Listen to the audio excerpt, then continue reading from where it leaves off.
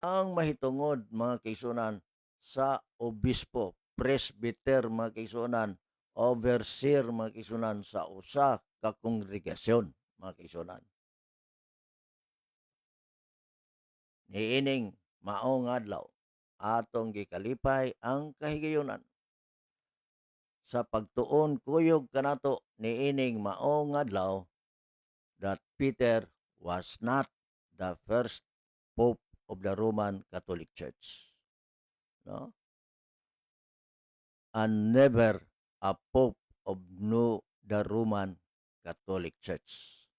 Because Peter was a married person, a husband of one wife.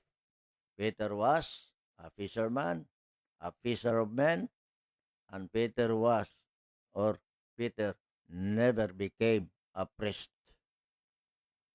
and a pope of the Roman Catholic Church.